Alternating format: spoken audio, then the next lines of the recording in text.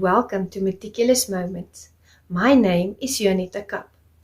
You can reach me at meticulousmacarons@gmail.com or find me on LinkedIn. Since the COVID-19 pandemic hit the globe, I've had the wonderful privilege to meet a wide array of fantastic individuals. These individuals have truly touched my life in so many positive ways. Amongst this group of people, there are authors, public speakers, life coaches, poets, leaders, and visionaries. They are the unsung heroes of our time. Therefore, I decided to start the Meticulous Moments movement out of a sense of my gratitude. It is my way of giving back to the community. Let us share and reshare their stories in an effort to build a better society.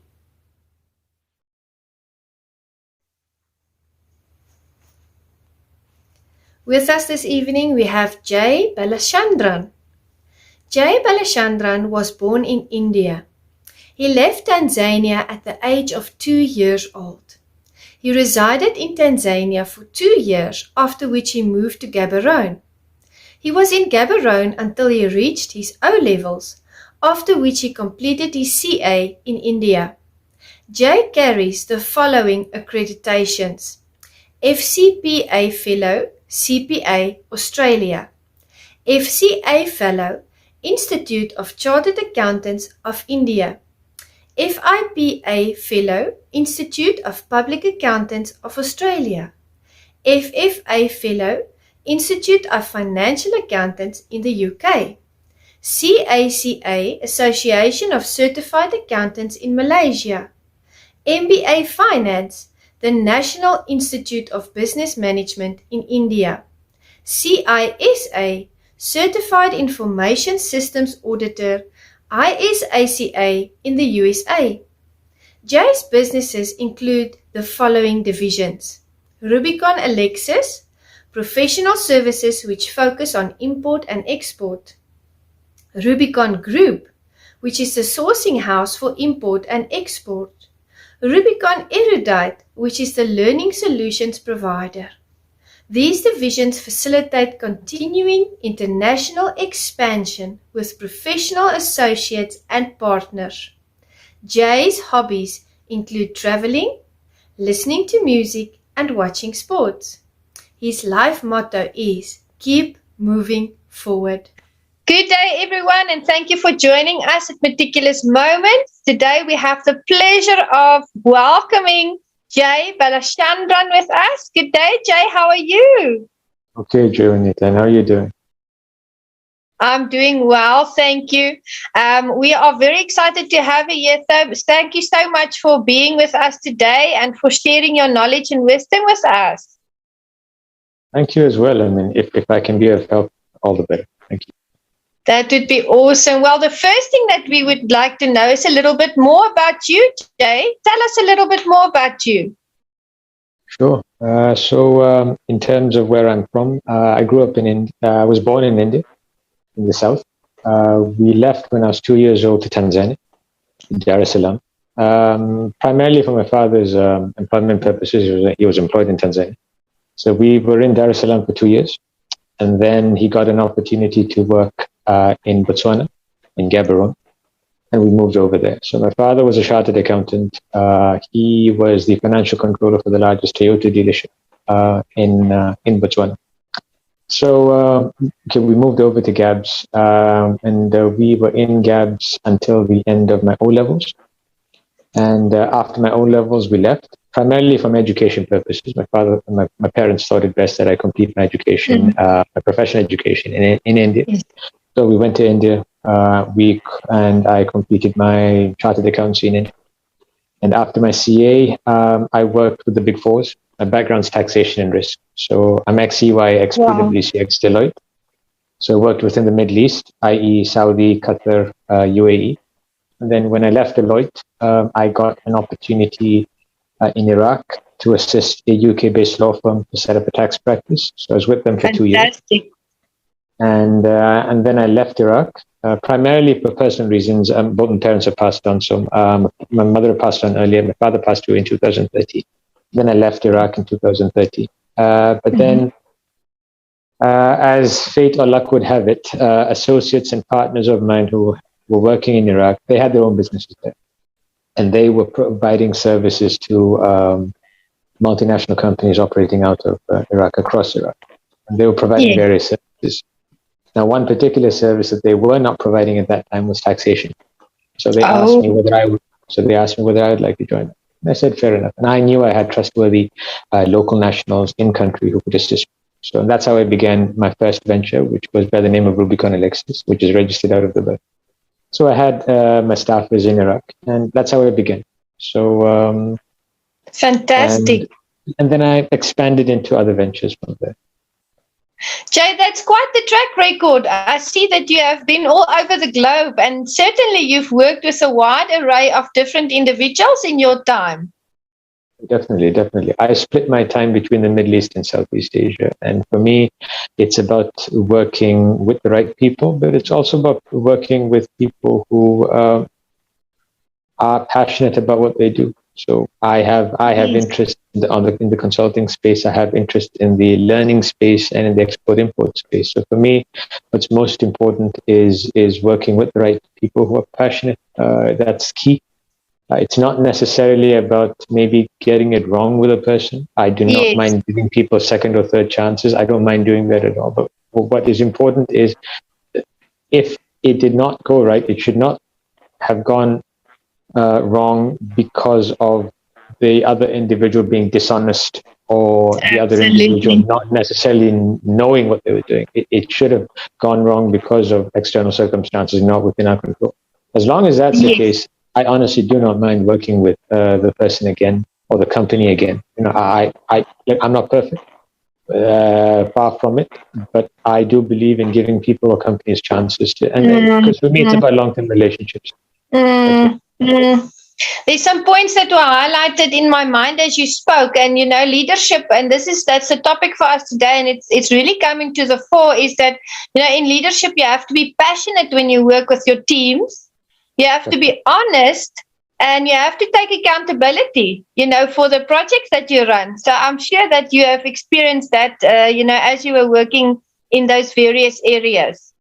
Definitely. I mean, you need to be accountable, you need to be responsible, and it works both ways. For me, with the people that I work with, I never say that people are working for me. It's all about working as a team. And because you have to rely on each other, And so the most important trait or characteristic in an individual for me is trust. You have to be able to trust the person with you. I mean, I'm not saying that the person has to be technically proficient, but you should be able to rely on the individual. And if that is the case, and if I know that if I can pick up the phone, I can drop an email, and if the person replies to me saying, yes, that will be got done, and I know that the person will do it, that's enough. It's difficult to get such individuals, but it is. But again, for me, it's I spend majority of my time networking and getting the right people on board.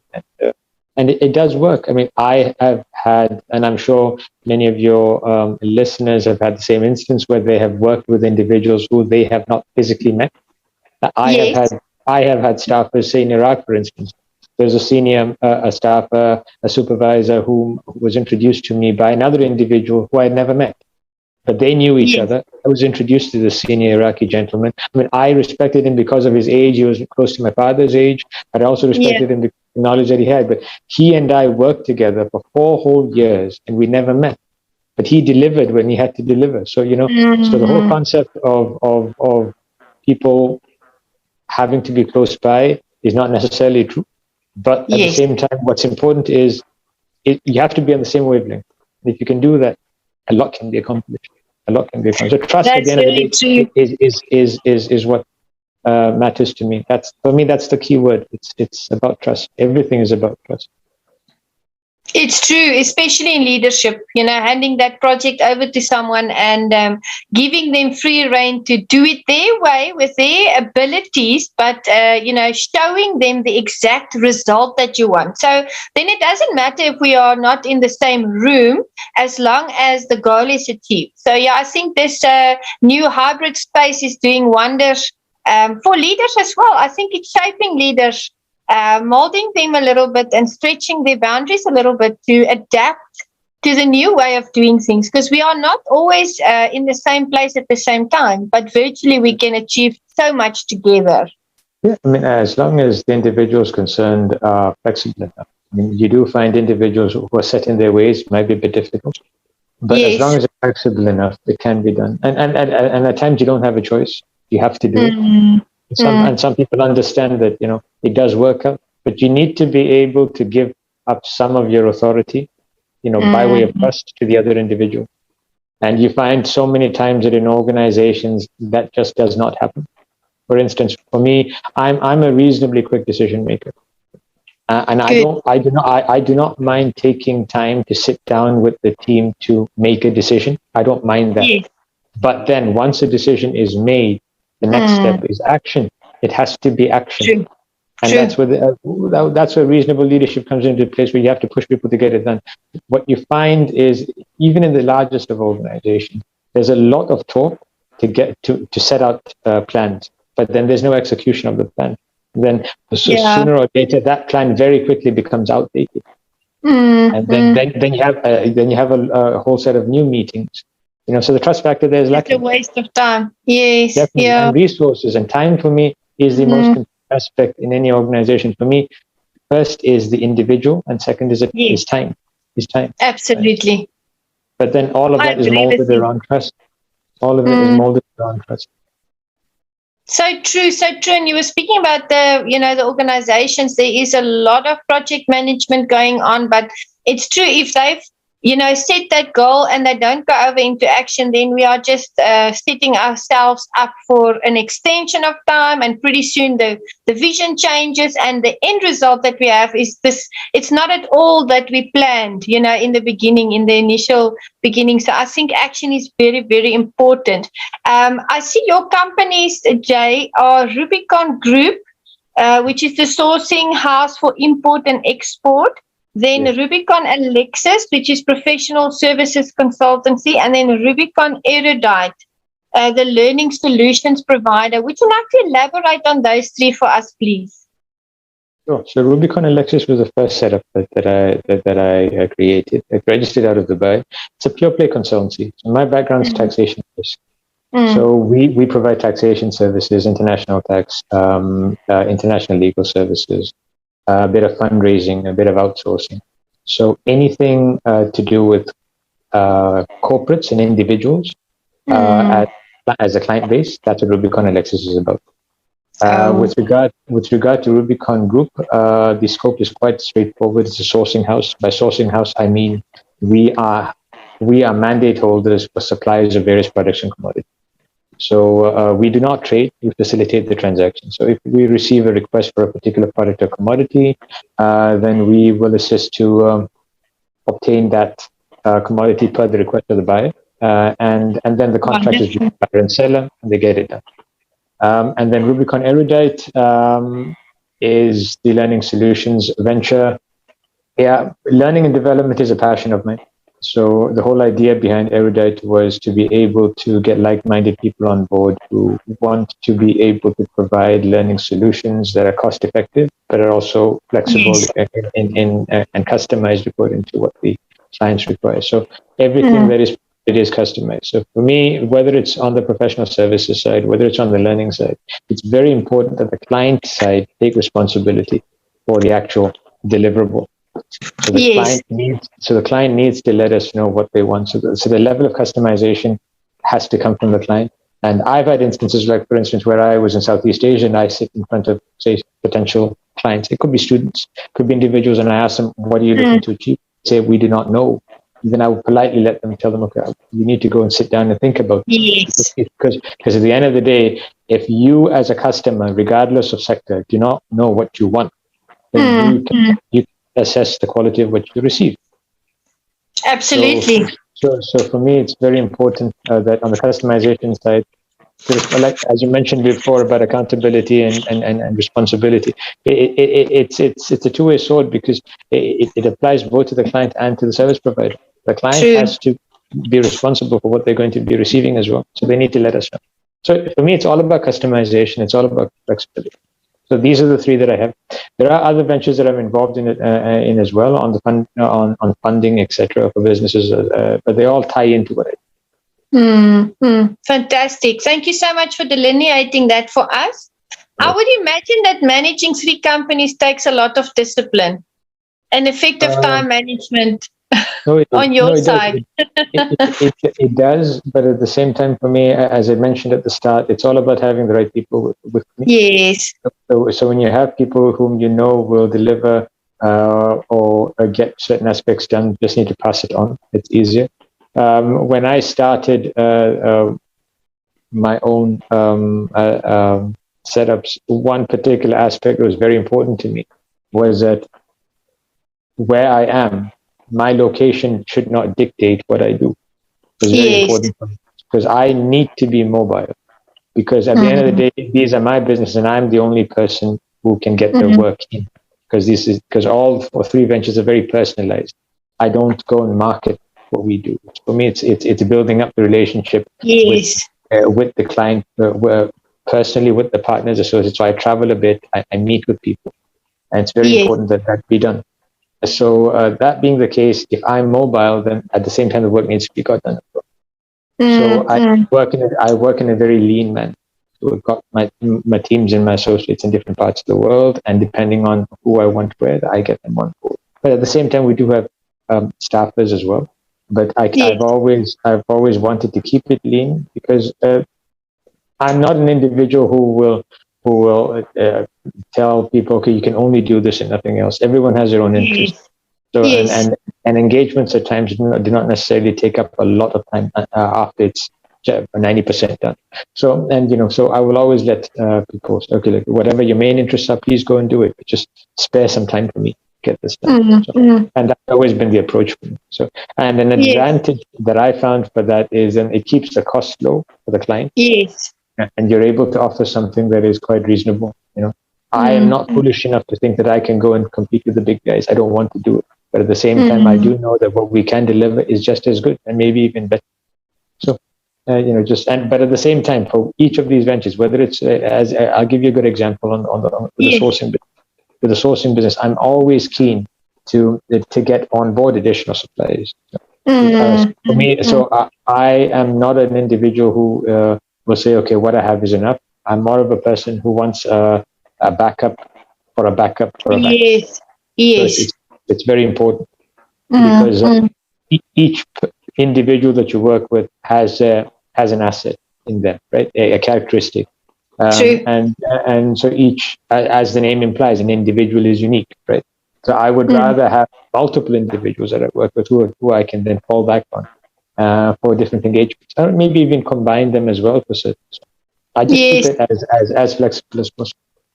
For some, it's a bit difficult to understand how can it be done, but trust me, it can be. Yes.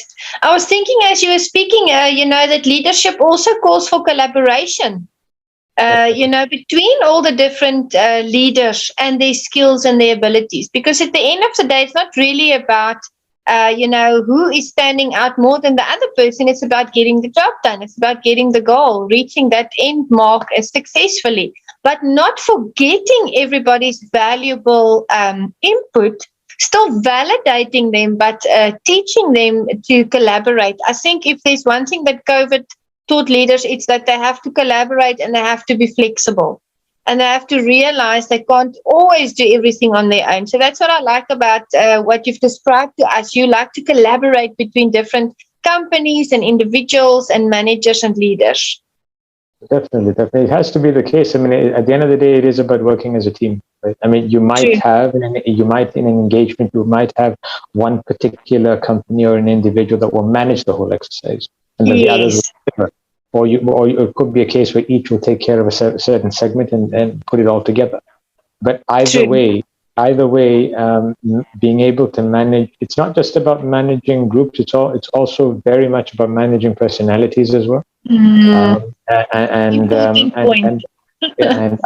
I have found that over the years and this is what I like about doing things on my own, because you get to meet individuals from different parts of the world it's very unique, and I'm sure that your listeners and yourself have gone through this, in that when you meet an individual who has never left his or her own country and has only worked there, compared to an individual who has traveled around the world, or at least worked in 2 or 3 different countries, the mentality changes completely.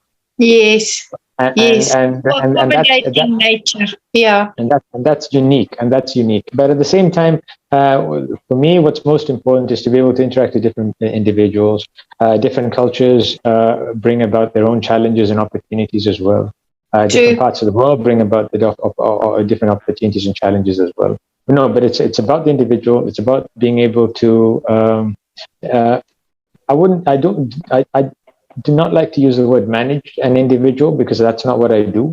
But to be able to accommodate each individual in the best way possible, and I love doing that. I mean, for me, that's what it's all about. Being well versed in working with different personalities. I think if you have that skill, you can work with any culture, any person, any place, any project, because it's all about the people at the end of the day. It is, because I mean, if you look at different parts, if you look at, say, Africa in general, there's a particular way you need to maybe introduce yourself and deal with people from Africa. The same thing with Middle Easterners. The same thing with Southeast Asians, Europeans. So for me, for instance, if I get an engagement out of Africa, now I know that I'm comfortable, because I know, right? Yes. And how to deal with certain situations. Same thing across the Middle East. No, because I've worked in these countries. Same thing in Southeast Asia, because I've worked and lived in these countries. So it is easy, but at the same time, you always learn stuff every single day, new things every day, and you have to be open to that. You have to be open to that, whether you're in a leadership position, a management position, or otherwise. You need to be able to be open to learn. That is, I'm a continuous learning. Speak about it, but even if you're a leader, you need to be open to learn and to adjust and to be flexible. Well, I think all leaders, should have the mindset or work towards a mindset of lifelong learning, because we never stop developing, and our surroundings and the people that we work with always keep changing and developing, and we need to keep up with the pace. We need to make sure that we are, knowledgeable about what's out there, and also the emotional needs of people. I think we always focus on, intelligence, but do we focus on emotional intelligence and development in that area as well? Because that having that knowledge kind of streamlines the inner workings of a team when there's emotional intelligence, to a certain level. Oh, it does. If you cannot react in an empathetic way to people that you're with, then you will not succeed. Whether it's in employment, or in particular, whether you're doing your own thing. Because I had a person ask me yesterday evening, in fact, as in, it was a very simple question, as in, is it easier to do a job, or is it easier to do your own thing? And it's, the question is quite simple. Quite simple, as it's easier to do a job, because when you're doing your own thing, there's a lot of risk involved. And I've had colleagues and people that I know come and tell me that they would never be able to do what I did. Even when I was employed, I purposely made sure that I would change employers within the Big Fours, because I was within the taxation space. Taxation is very country specific. So, so for me, I never wanted to be bogged down within one tax system. So I made sure I changed.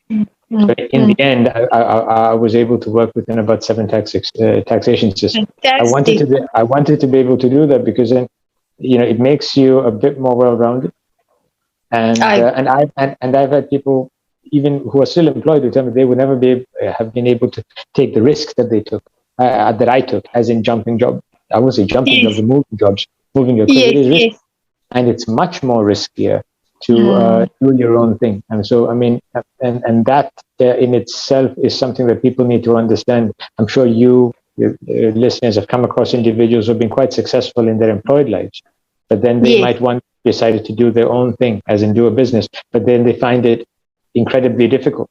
There's a mindset change that's required. You might have been a leader or in a leadership position when you were employed. But then when you try and transfer that to doing things on your own, it's much more difficult. So there's a mindset change that's required there too.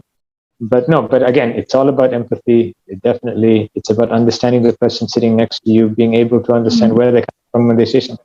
And if you can't do that, and if you don't do that, especially when you're employed, when you have your own business and you're trying to manage things, it could be a downfall. And that's the difference. When you're employed, it's not the case. You might have one bad day, bad week, and you're okay. You still get the paycheck at the end of the month.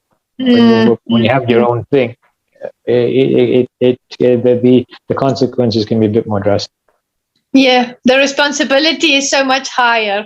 Definitely. I wanted to ask you, if you had to describe your leadership journey, what would it look like? Were you a certain form or a certain type of leader, a few years ago? Did going over from being employed to starting your own business change your leadership style? How would you describe your leadership journey to us? Thanks, but I never considered myself a leader in any way. But no, for me, it's never changed much. Even when I was employed as well, funny enough, the roles that I had always got were to manage team. From the start, in fact. There was that management element was always there. There wasn't much of a change when I moved into what I wanted to do. And I've always felt comfortable being around people, regardless of age, regardless of where they're from, etc. And I guess it was a blessing to have been born in a place like Botswana, where you meet a lot of nationalities from a very young age, and you don't. That difference is not imprinted in your brain. It's as if everyone's the same. So be it. So, and that's the way I've seen it always. Yes. So for me, given that was there from a young age, regardless of whoever I see them as equals. And I don't see myself any less than anyone else. And at the same time, I don't see myself above anyone else. I'm just a normal person, equal. That's enough for me. But again, for me, what's key is, regardless of whatever you want to do in life, if you cannot empathize and you cannot trust the person next to you, you can't do it. And so for me, whether it's managing or whether it's leading or whatever it is, if the person standing next to you will not trust you, you cannot manage them. And to be able to try to, and if you cannot make them trust you, then you have a major problem. So for me, what's most important is for me to be able to make the person standing opposite me trust me. And that takes, for certain individuals, it takes time. For certain individuals, it doesn't. But for me, that's what's most important. Because without that step, without you being able to at least get a bit of respect from the woman or man you're speaking to, nothing can happen. Nothing can happen. You probably get more luck trying to get something from a brick wall. It won't happen. It just won't. So for me, it's very simple. For me, it's being as honest and as open as I can be. Lay out everything. When an engagement comes about or something comes about, I'm as open as I can be, so that everyone knows what's at stake. And I also let people. It is, and I also let people know why they're involved and why I brought them in. Because I want this person here for this purpose. And so as long as their roles are understood, it's fine. I mean, for me, if a certain large project, regardless, if there's a project that comes along or an engagement that comes along where there are multiple parties involved, the first thing that I do once the engagement has been accepted and a decision has been made to go ahead is I drop an email letting everyone know. Like that initial contact. And so that everyone knows, what their responsibilities are. Okay, so that's there. And I do not want anyone to come back a month later and say, I did not know. Okay, so everyone will know from day one, this is what you had to do. Of course, that will be refined over time, fair enough. Yeah. Yes, so, But then who are the point of contact for XYZ? That's very important. Yeah. But then other than that, no. For me, I'm a flexible and open individual, and that's just a style that I follow. And I just keep it. It's easier for me that way. Because for me, I want to be able to sit down with you or with anyone else 20 years from now and have a smile on my face speaking to you. And the only way that I can do that, is by being honest from day one. Very good. Very, very good and true. And if we can, bring that sense into leadership and instill those values, I think we could achieve much together. Because it is not always the case. I think, if we are realistic, that's why there's often team building activities, because people have to get to that place of trust. Some people takes longer to get to that place of honesty. Some people don't understand other people's personalities, so we can train them, what to look for, how do we differ, how do we approach people then that do not hold the same views with us, but we can still, work with them and treat them with dignity. I always say that I treat everybody with dignity, because we are all important. We all have our role to play. So thank you very much. I'm focusing on Rubicon Erudite, because to me that is the leadership development part of your business. And I noticed in your email and your contents of your email that you work with students, employees, entrepreneurs, and professionals. I mean, Rubicon Erudite is content development, teacher training, coaching, mentoring, seminars, assessment, and recruitment. That is a fantastic source of leadership development to my mind. What I want to ask you is, would you suggest that an individual that's looking to up their team's leadership skills focuses on one of these areas, or do you feel it should be a combination of everything that you are offering here? Do you think they need to lay a foundation with certain of these elements, or should they focus on one? What would you, as you've seen over the years, as you've worked with teams?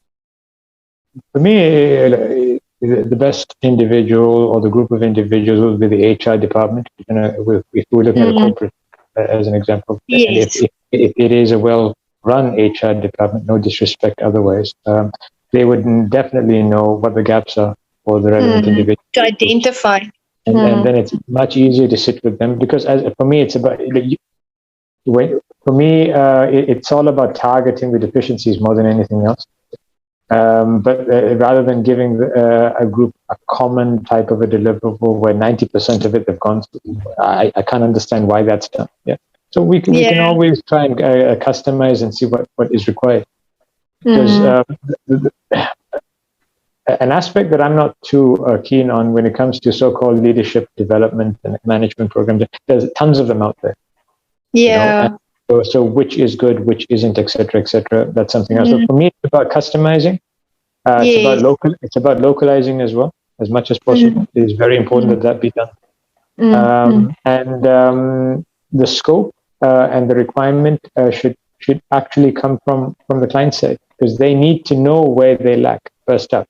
Of course, we can find out as well going forward, but they need to know, as I mentioned from the start, if you do not know what you want, you're a bit lost. Yeah. So I mean, and we're all adults. So from an employment perspective, definitely the HR department will be able to assist. But at the same time, sitting down with individuals, but at the same time, the individuals should be able to provide input as well. And then it's just a matter of seeing to what best fits and seeing how it can be delivered. Because delivery, at the end of the day, it's not. I mean, content is one thing. Being able to develop a program is something else. But if it's not delivered in the way it should be delivered, so delivery is as equally important. So, and that should be looked into as well in terms of how best to deliver it. But again, it can be done. It can be. Yes. And these aspects that I'm quite keen on, because it's.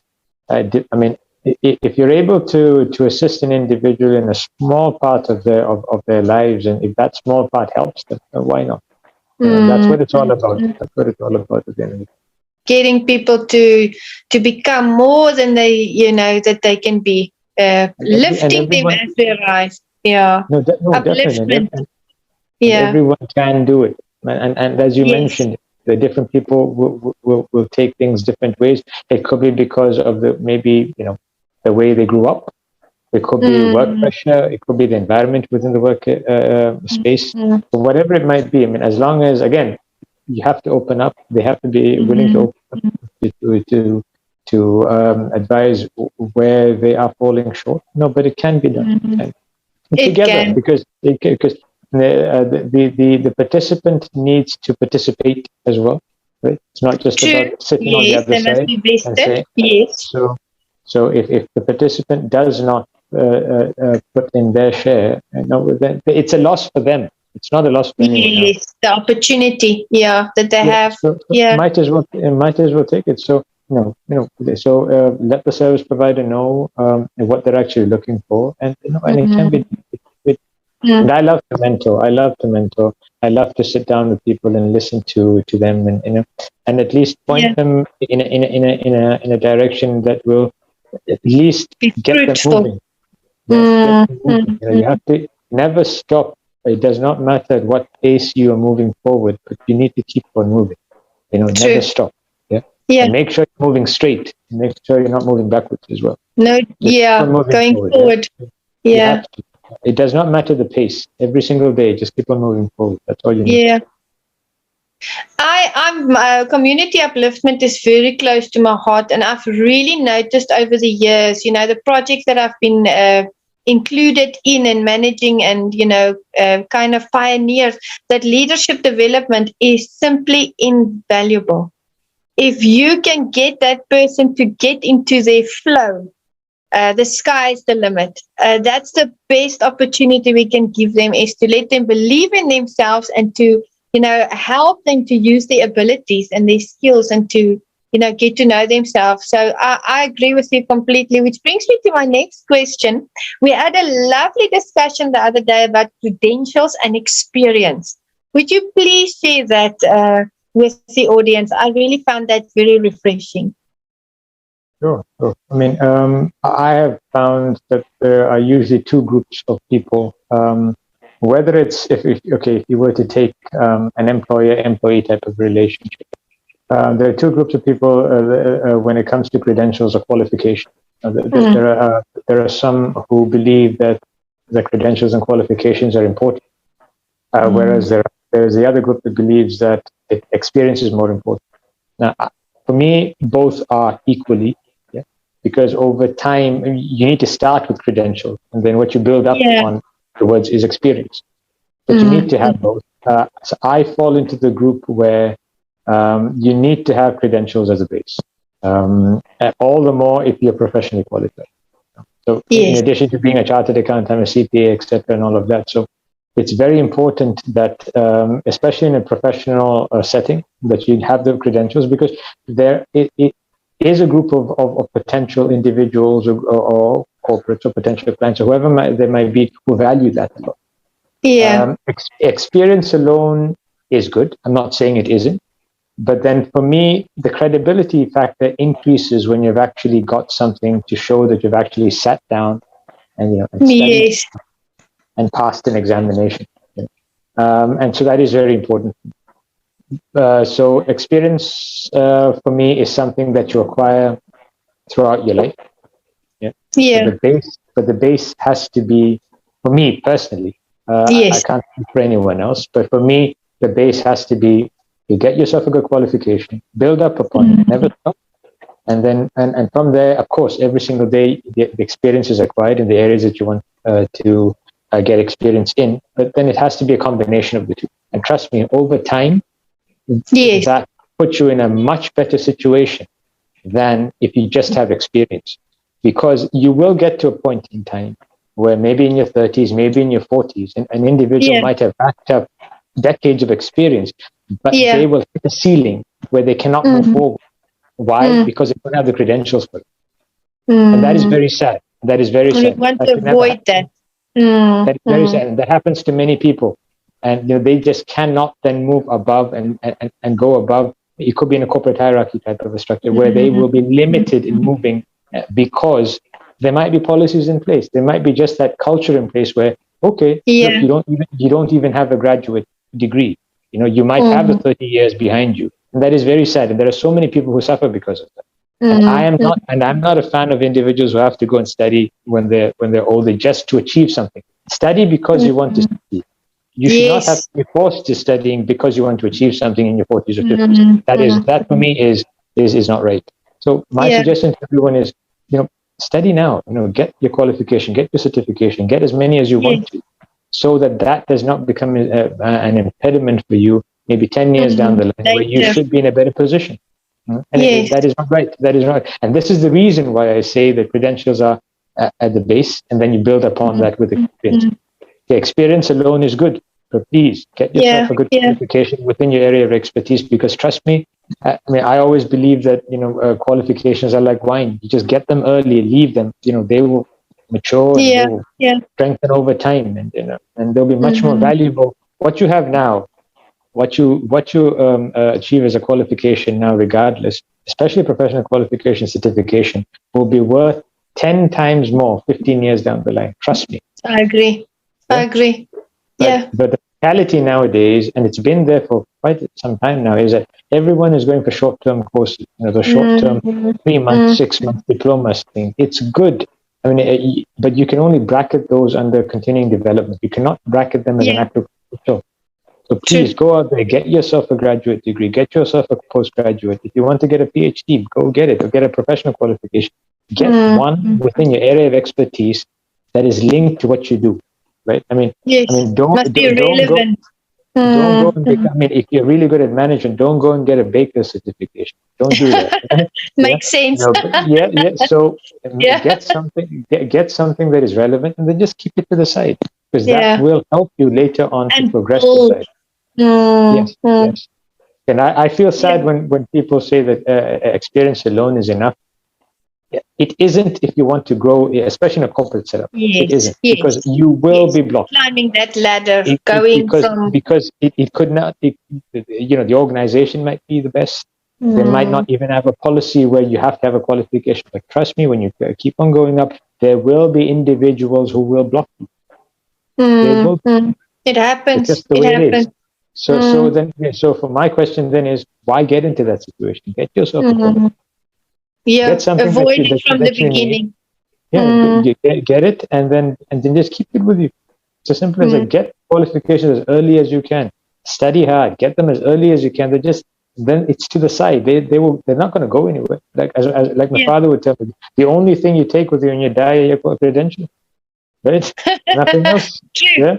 So everything else you leave behind. So, and those words stuck with you, because in a sense you followed in Dad's footsteps. You also went to that line of work, which is wonderful. That's his legacy. It came by pure chance, but that's just the way it was. And for me, it was very important to get it. It was very important to get the qualifications that I needed, because, especially in the professional line that I'm in, the amount of respect that you get is quite immediate when people know you've got certain qualifications. Makes sense. And then they will only look at you at that level and above. They won't look at you below. And so you know that from the start. So for me, it was very important to be able to get those earlier. So for me, it's very important that as a man, if I walk into a room, I should not be lower than any other man there. I can't speak about the women, but I definitely speak about the men. Yes, I do not want to be lower than any man. I don't want to be above anyone, but I do not want to be lower than. It was very important for me when I started off. I did not want to be in a situation where I lower my head in front of any man in a room. And that was very important for me.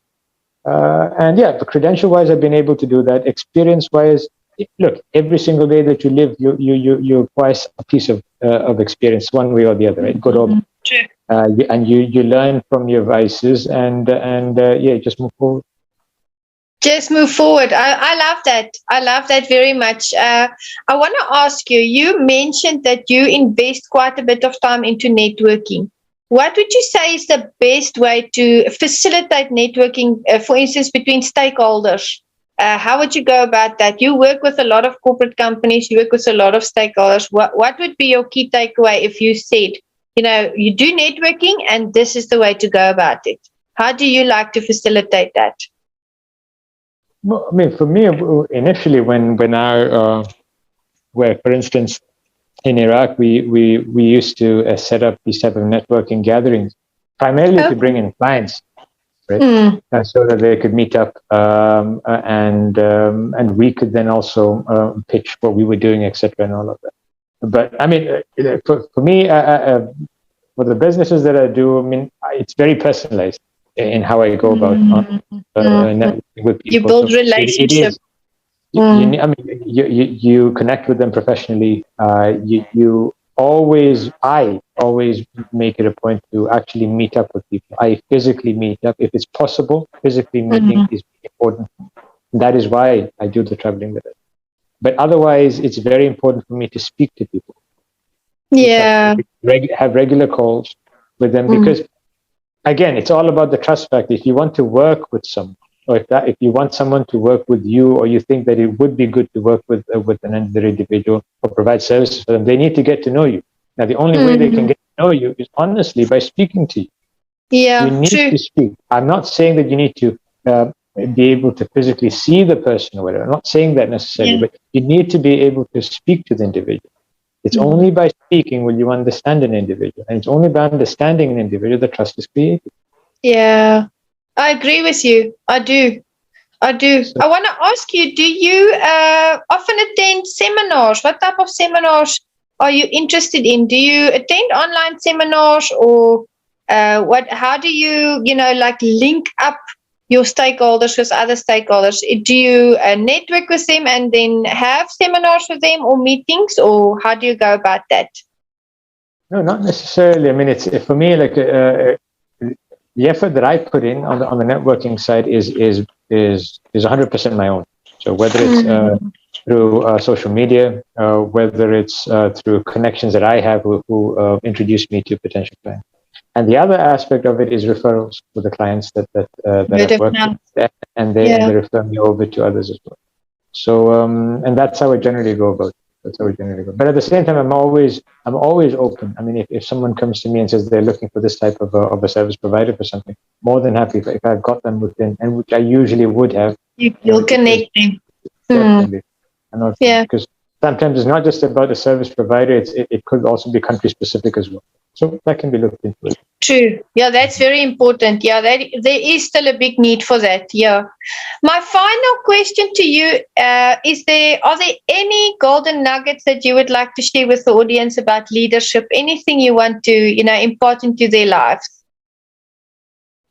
For me, a personal experience is only one thing that I can ask people to do, whether it's in their personal lives or it's in their work lives or professional lives, is be patient.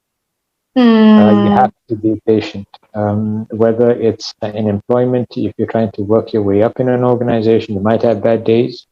Whether it's as a starter of a new business or a person who's been in the business for many years, be patient. You need to have hope that things will work out. You need to have hope that the people that you're with will click at some point in time. I agree that, especially with businesses burning cash in general, you can't wait long. But that said, take business owners are risk takers. So they know that they have to take that. They take that jump. So they can withstand an extra 6 months compared to maybe a person who's an employee, right? But my only request to everyone is, and we're all going through tough times, and the months to come will be a lot more tougher for sure. In particular this year, is that be patient, and trust your gut. I always trust my gut, and trust the people around you, and and just believe that what you believe to be true is true. But most importantly, be patient. Be patient. Patience is this is what I've learned and what I knew, but then through experience, it's just been hardened that you have to be patient with the people around you, because you get to situations where it's not because of the individual or the group that things are not moving. It's because of external factors over which none of us have any control. But then again, certain people within that group might not understand that, and they might want to stop. You have to just pull everyone back and rein them in. So be patient. That's all I request everyone. Yeah. And then just keep moving as well. Wonderful, Jay. Thank you very much. Let's be patient with ourselves and others. If we have one bad day, it's okay. Tomorrow is a new day. And as your life motto says, keep moving forward.